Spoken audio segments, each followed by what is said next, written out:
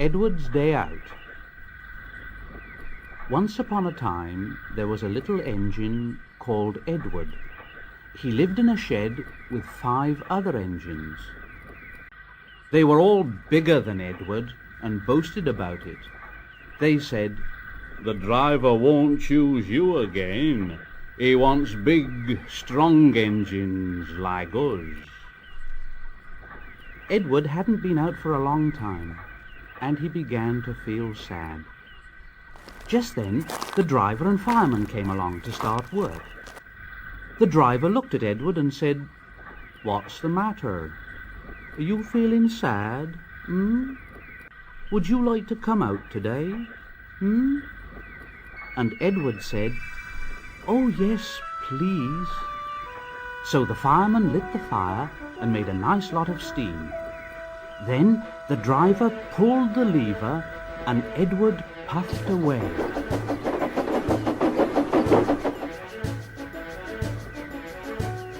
"Look at me. Look at me."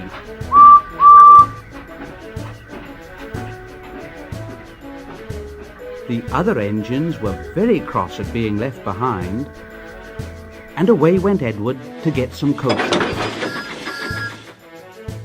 At last, Edward found the coaches, and they said, "Oh, please be careful, Edward. Don't bump and bang us like the other engines do."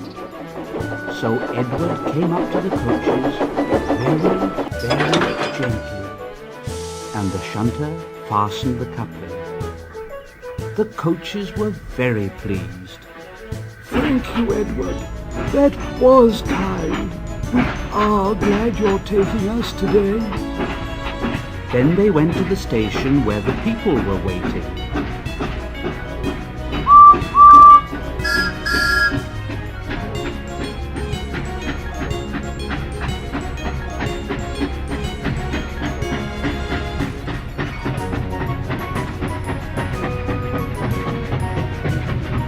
"Come along, get in quickly, please." So the people got in quickly, and Edward waited happily for the guard to blow his whistle and wave his green flag. He waited and waited, and there was no whistle and no green flag. Edward was getting anxious. Where is that guard? The driver and fireman asked the station master, "Have you seen the guard?" "No." They asked the porter, "Have you seen the guard?" Yes, last night." Edward began to get cross. Are we ever going to start? Just then, a little boy shouted, "Here he comes!"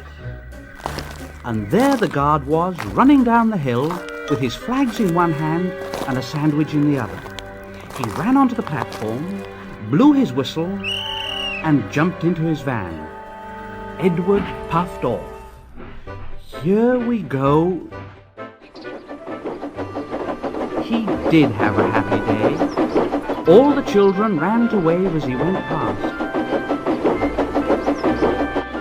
And he met old friends at all the stations.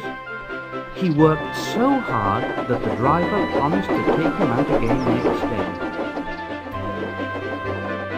And he told the other engines in the shed that night, "I'm going out again tomorrow. What do you think of that? But he didn't hear what they thought, for he was so tired and happy that he fell asleep at once.